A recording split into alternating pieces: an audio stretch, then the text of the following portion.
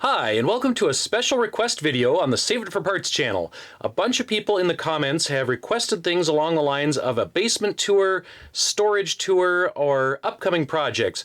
And then people just ask in general, what do I do with all the junk I collect? Where do I store it? Why isn't my house full of stuff? Well, it kind of is full of stuff. So today, we're going to take a little tour downstairs. We're going to see what the basement looks like, and I'm going to try to answer some frequently asked questions about my storage, organization, and how I handle all the treasure that I collect and hoard. Now, we have a pretty small house. It's technically a 2-bedroom, 1950s, and it originally started as just the basement. Apparently, when this was built, it was what's called a basement house, and this basement here was the entire house. Now, this was long before we bought it. Apparently, at some point, the city came along and made them put a first floor on it, make it into a real house.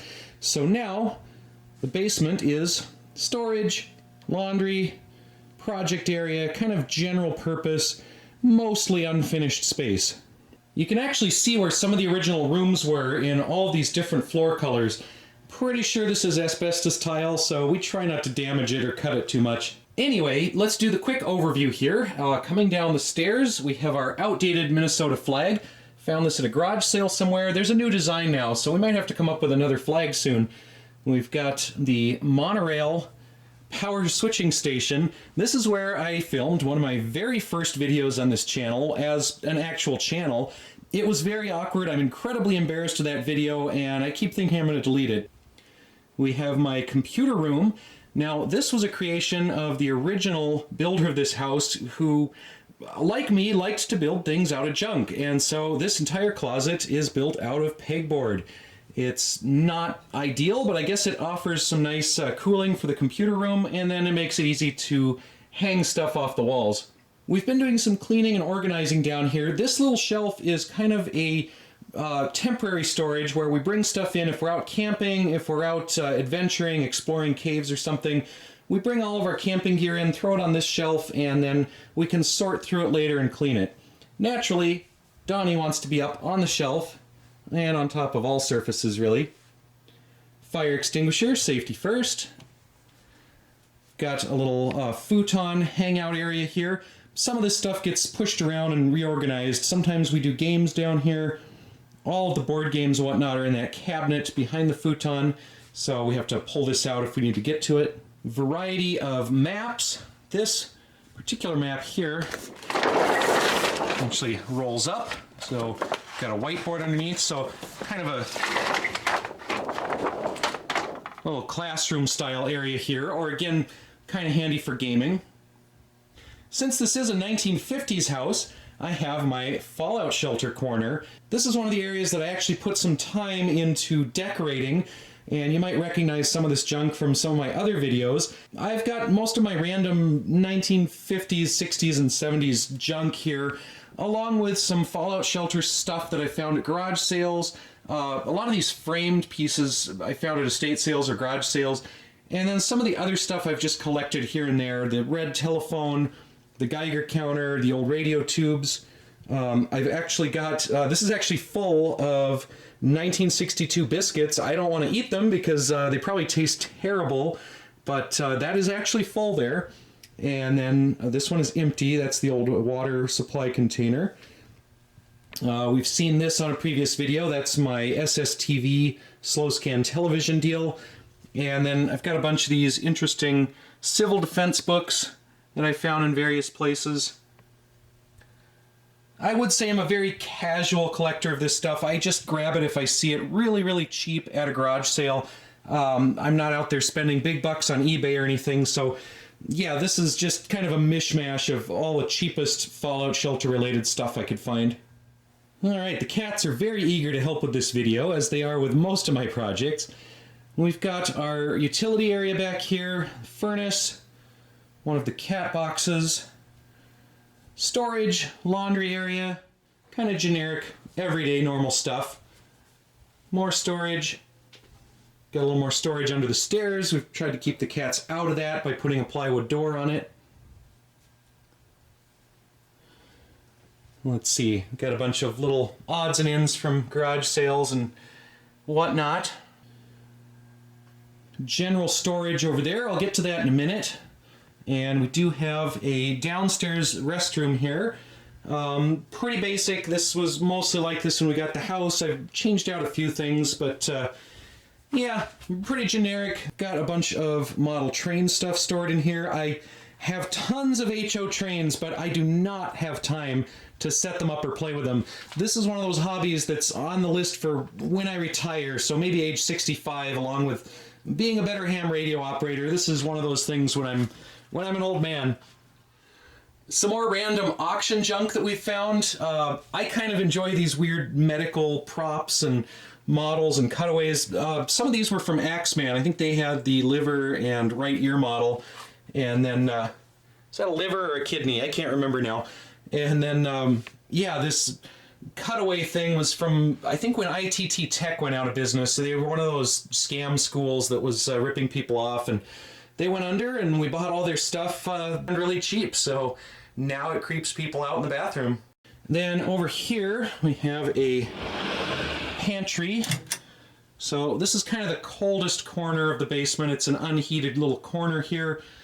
Okay, so on to some of the storage. Now, recently I was in a live chat, Ask Me Anything type of deal where we talked about storage solutions and what do you do when you're a giant hoarder like myself and you have too much stuff. You might have noticed the basement is surprisingly clean. I had to push myself to clean it recently. We had some guests coming over, we had people spending a week here, so we had to clean up the house a little bit, get ourselves in gear, get our act together. So yeah, this is actually probably the cleanest it's been in a while. And you can see over here one of our storage solutions. So clear plastic boxes on these wire rack shelves. I really like these shelves. These things are great, and we've put wheels on the bottom of all of them so we can pull out a particular shelf when we need to get to it, move them around, slide things about, and yes, it's still a bit of a mess. The shelf nonsense storage apocalypse goes back into this corner.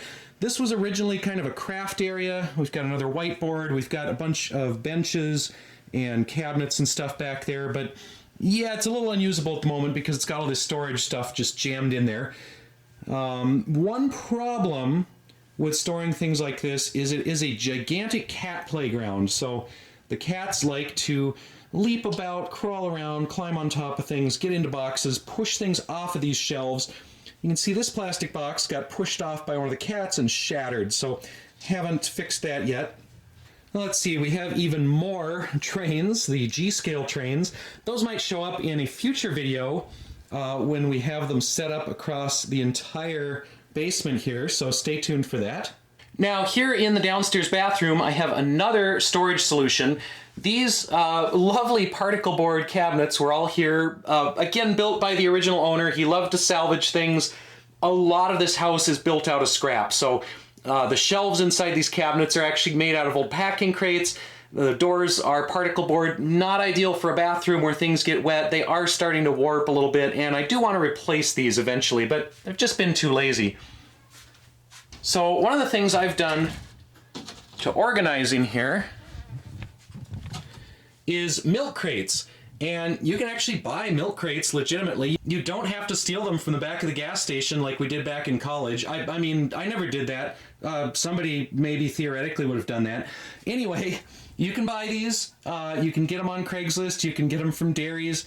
And they're fantastic storage solutions. I did not have to move these shelves around. They are just exactly milk crate size. Aside from this one, I had to cut out a little bit of the milk crate so it would fit past the latches here. Okay, so the camping gear actually lives in this one. Again, lovely particle board, came like this. Very squeaky, I need to fix the rollers on that. But yeah, we have paper products, we have all the camping gear, sleeping bags, tents, medical stuff, cooking stuff, fluff. No, you don't need to go in there. Of course, the cats want to go in to all of the enclosed spaces. As soon as you open one of these cupboards, there's a cat in it, so kind of have to keep an eye on those little monsters.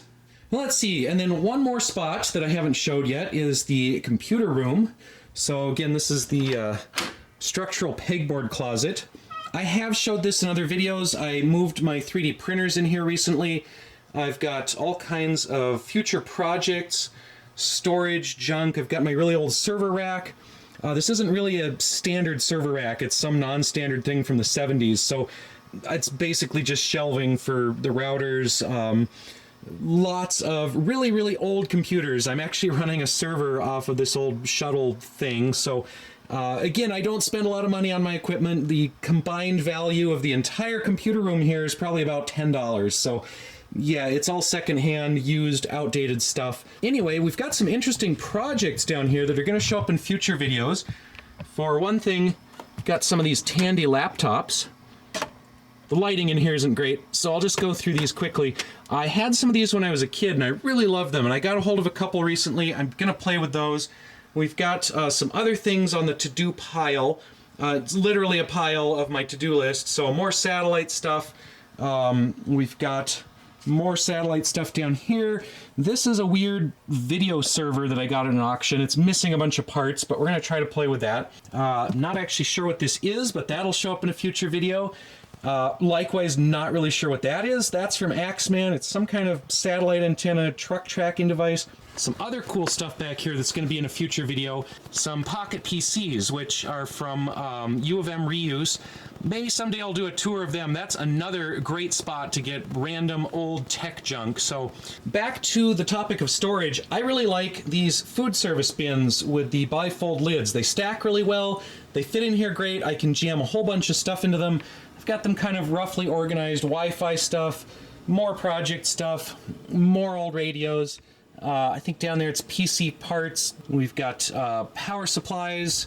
We've got random cords. I tried to roughly organize these into old mailboxes. So we've got like VGA cords, audio cords, Ethernet cords, USB cords, etc. When I need a cord, I can go in here and easily pull one out. Again, this was a requested video. Lots of people in the comments wanted to see, what does my basement full of junk look like? Here it is. Here's a bunch of junk. And how do I store stuff? So yeah, you've seen a couple solutions that I use to try to keep my life organized, try to keep all of my hoarded materials, broken electronics, random radios, outdated stuff, somewhat organized, somewhat accessible, so when I want to actually use one of these things, I can go find it again, pull it out, do something with it. And you might be able to tell we are still organizing this stuff. So we have a couple empty shelves that need to be assigned things, organized. Now, even our decor is mostly surplus. This is a photo I took up in Alaska, but everything else here is just secondhand garage sale, surplus stores. Found these at U of M surplus, and when people at job interviews ask me where I see myself in 5 years, I just show them this picture. All right, I think I'm going to wrap this one up. I don't have a whole lot else to say, but I hope this has satisfied people's curiosity about some of my storage solutions, some of my basement situation, and yeah, if you have other questions, other videos you'd like to see, throw them down in the comments. Maybe it'll make a future video like this. Thanks for watching, and I'll see you next time.